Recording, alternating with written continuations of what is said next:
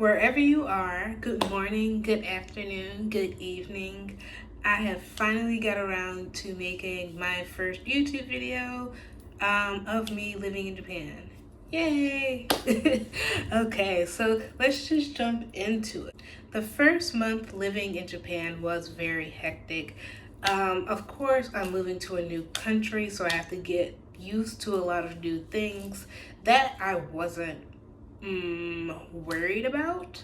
Um, but the thing that was most hectic was getting my job started, um, getting into my apartment, setting up all these things so that I can live in Japan. Fun fact, I live in the Saitama prefecture um, by Kawagoe. Yeah. So, getting here was a little bit difficult in between being in the hotel, staying at the hotel, and then coming here. Um, to start off, I thought that I got my hotel that was a little bit in between Saitama and Tokyo. Um, or Shinjuku and Kawagoe, because I already knew that I was going to be staying near Kawagoe.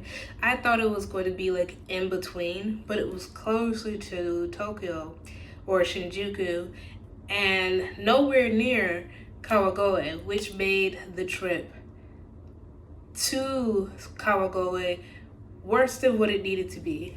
I ended up taking a taxi, which if you don't know, taxis in Japan are hella expensive. So I had to put it on my credit card. I will pay it back eventually, but that brought me down a little bit, emotionally, because I was like, okay, this is a lot. Do I really need to be going through all this when I wanted to kind of have like a new start in Japan? Do I really need to be doing this? So it was a little bit stressful. And then once I got to my apartment, I realized that I got an apartment with no furniture. Yes, I did know that. However, first thing I bought was a bed because I refused to sleep on the floor.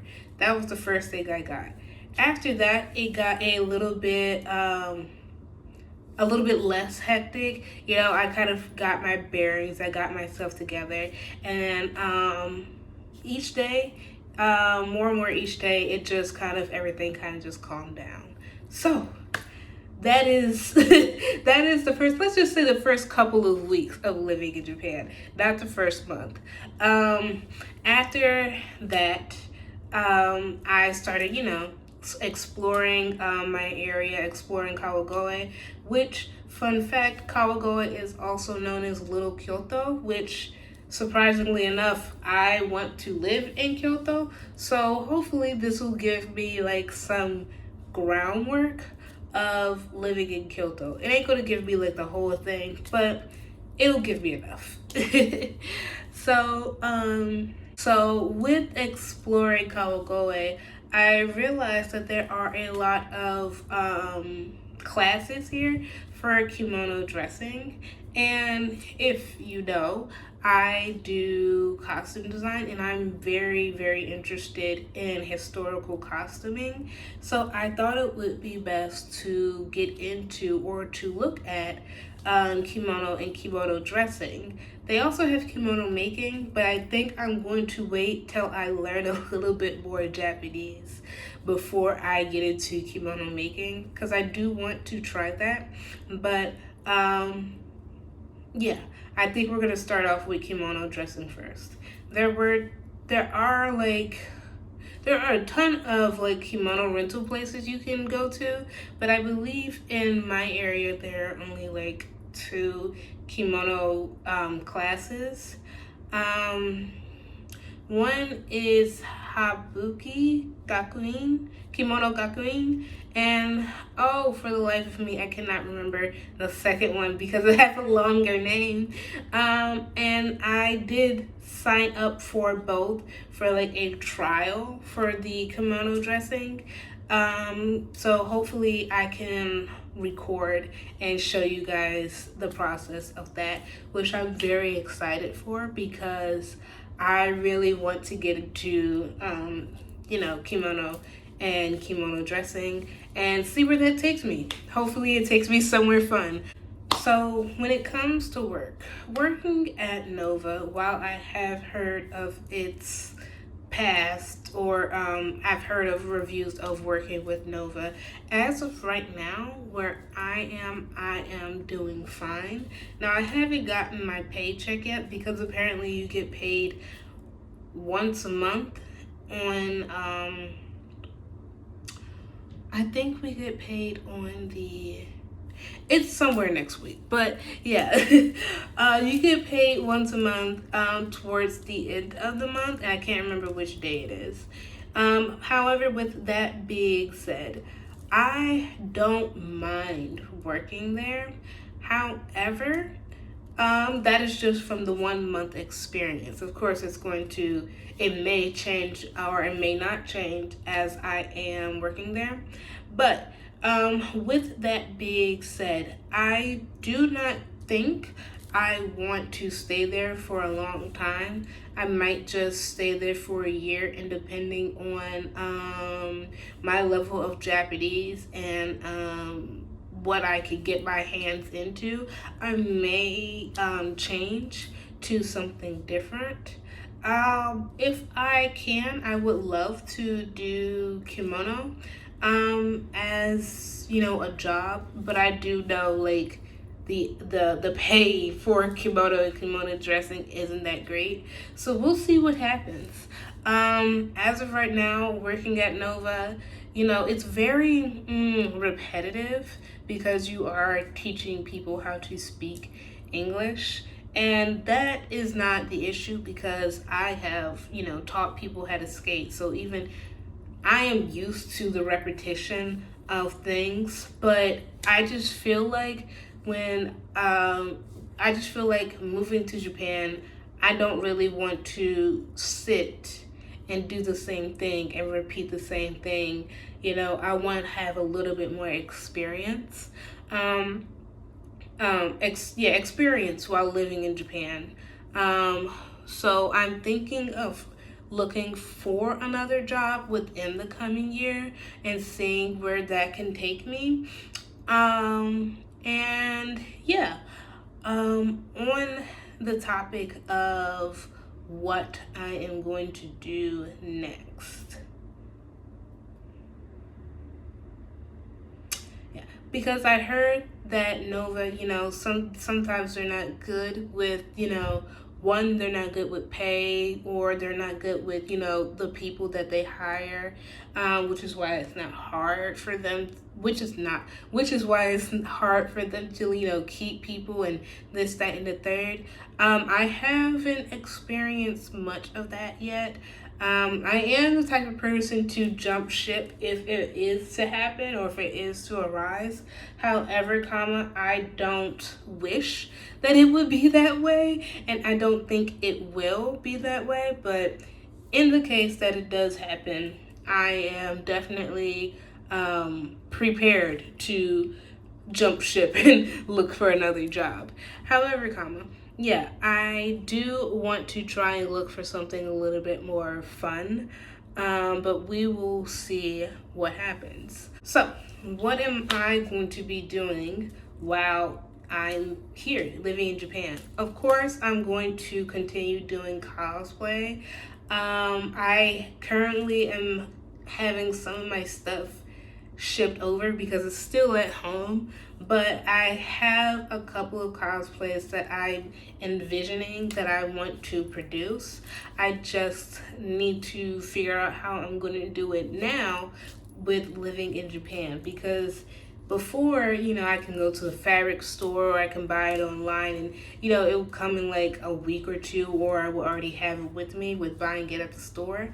But where I am, it's hard to find fabric stores. So I have to find fabric stores either online or go to a place that has a fabric store that's far from me to get fabric. Now, with that being said, I don't know how to go about getting fabric if I go to a store, because usually you go to the counter in the United States and you say, oh, I need about 5 yards, this, and that. I have a problem with converting measurements and measurements in general, just because that's just who I am. However, hopefully I can get used to it. Like, for example, I'm kind of getting used to, saying things in Celsius rather than Fahrenheit.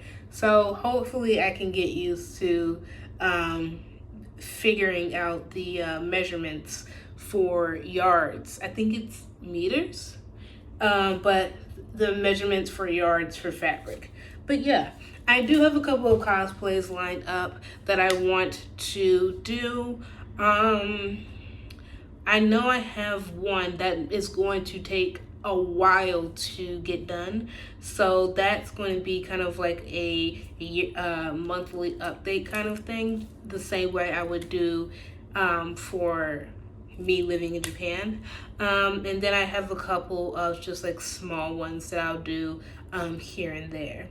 But when it comes to cosplay, I know that there are a lot of like regulations for cosplayers, whether it to be to protect cosplayers or whatever the case may be. So I do have to look into that, because I don't think I will go to conventions dressed up in cosplay, but I do want to kind of like wear them out in public and like take pictures.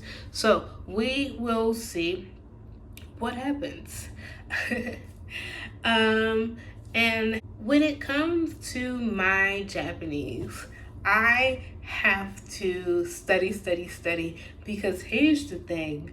My Japanese, it can go in my brain, and then when I need to use it, it goes out. I study a lot. I study my kanji a lot, my hiragana, katakana, all of that.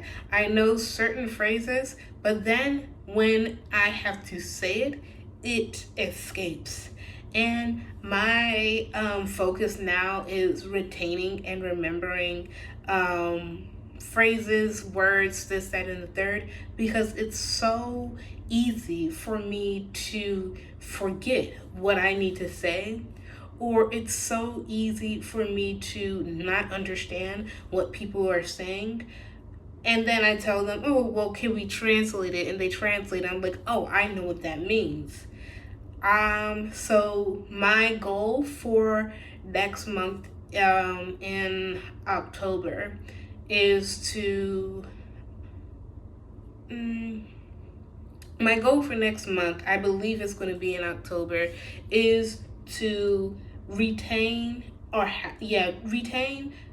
Japanese. Just retain it and remember it. I know it is working a lot, especially when I go to convenience stores and they ask, oh, do you want a bag? Oh, do you want utensils? This, that, and the third. Because I go to the convenience store a lot, I can remember it. So it's not that hard once you get a lot of repetition with hearing it.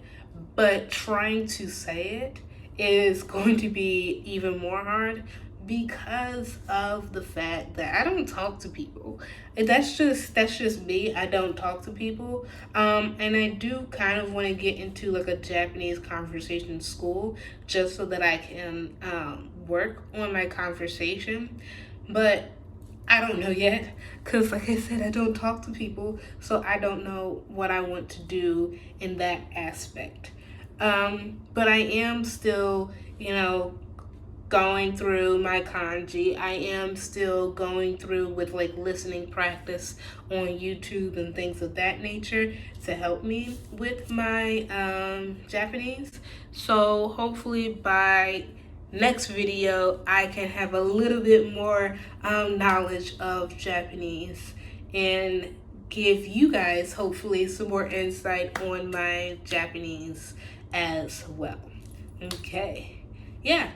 So that's about it for this video. Yeah, it's just another short video of me talking.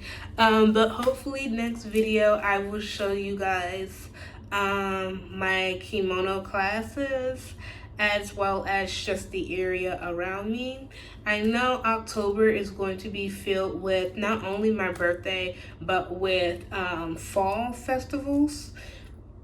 So if I remember, I will give you guys some insight on the fall festivities here, and probably take you around Kawagoe with me.